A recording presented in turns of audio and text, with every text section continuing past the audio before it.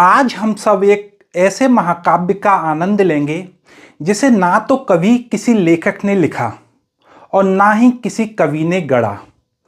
यह कथा है हमारे प्यारे बाजार की, जहां ठेले वाले, व्यापारी और प्रशासन ने मिलकर एक ऐसा नाटक रचा जो आज हर गली नुक्कड़ की चर्चा बन गया। तो हुआ यूं कि बाजार में व्यापारी और ठेले वाले दोनों ने अपने अपने हिसाब से सार्वजनिक जगह हत्या रखी थी। एक तरफ व्यापारी जो अपने अतिक्रमण को अपने व्यापार का सौंदर्य विस्तार मान रहे थे, उनकी नजरों में हाथ ठेले वालों का अतिक्रमण अब खटकने लगा था। दोनों ही पक्ष अपनी अपनी समस्याओं को अपने अपने ग्राहकों से गढ़ने लगे थे। अरे भाई साहब, आप भी ठेले वालों से खरीदते हैं? अरे ये लोग पूरा नकली सामान बेचते हैं। ये दुकान देखो, इसे हम ब्रांडेड से सींचते हैं। साले हराम का चाप रहे, बिना जीएसटी मजे काट रहे। रुको कुछ दिन, बाजार से बाहर इन्हें हॉकर जोन में डलवा देंगे। आपका और हमारा सबका चैन सुकून लौटा देंगे।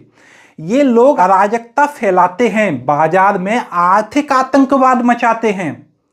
ग्राहक ने मन ही मन सोचा, व्यापारी की शिकायतें किसी महाकाव्य से कम नहीं हैं। वहीं कुछ दूरी पर, थोड़ी दूर, दो हाथ ठेले वाले आपस में बतिया रहे थे। हमारा ठेला ही इन्हें खटकता है, इन्हें अतिक्रमण की भला क्या चिंता है?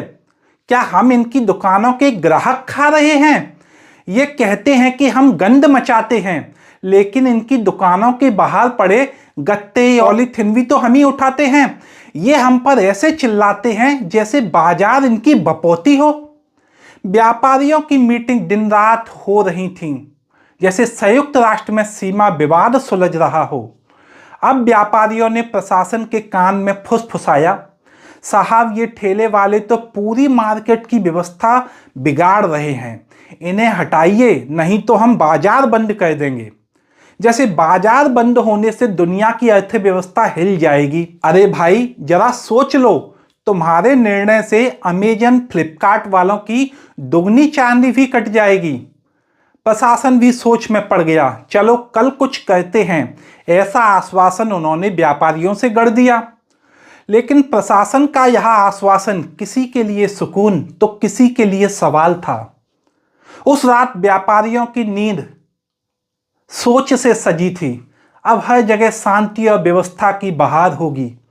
ठेले वालों की नहीं अब कर्कश आवाज होगी। सड़क पर ना अब कोई उनका अतिक्रमण होगा, ग्राहक मेरी ही दुकान पर आकर खुश होगा।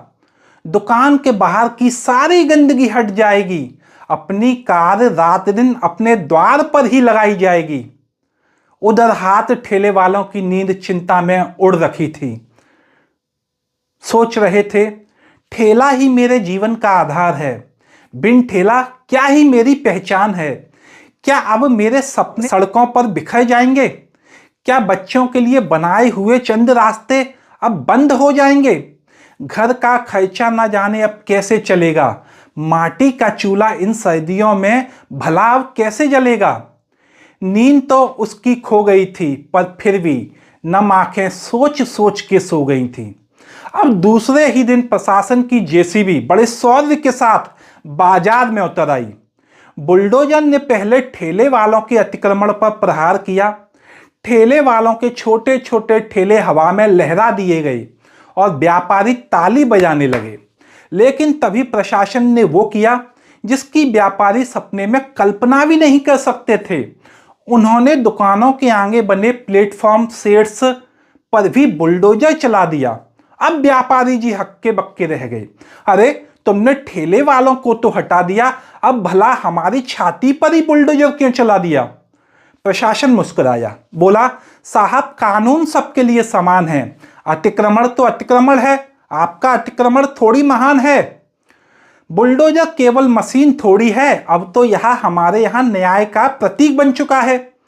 अब व्यापारियों को समझ आया कि बुलडोजर में निष्पक्षता की आत्मा बस चुकी है। थोड़ी देर बाद बुलडोजर बाजार से चुपचाप चला गया, अपनी निष्पक्षता के निशान छोड़कर। अब शाम होते होते व्यापारी और हाथ ठेले वाले अपना सा मुंह लेकर आपस में बातें करने लगे। साहब आपका महंगा रैंप गया, टीन शेड गया, हमारा ठेला गया। अब सड़क पूरी खाली है, खुश तो हो ना। पर ये खाली सड़कें हमारे खाली पेट का इशारा हैं। साहब ये डिजिटल इंडिया है। बाजार अगर खाली रहेंगे, सड़कें अगर सूनी रहेंगी, तो ग्राहक सभी ऑनलाइन हो लेंगे। सड़क सबकी है लेकिन ग्राहक किसी के नहीं। माना हमारी आवाजें आपको परेशान करती हैं, मगर यही तो इन बाजारों की पहचान बनती हैं। बुलडोजर का खेल ही ऐसा है, इसमें सब हारते हैं, कोई नहीं जीतता। हम ठेले वालों की व्यथा तो कभी खत्म ही नहीं होती। व्यापारियों से लेकर प्रशासन तक सब हमें असुविधा मानते हैं, लेकिन हमारी सहूलियत का आनंद भी लेते हैं। ठेले वाला व्यापारियों के हाथ जोड़कर बोला, साहब बाजार का हर हिस्सा अपनी जगह अहम है, चाहे वो सड़क पर हो या दुकान में।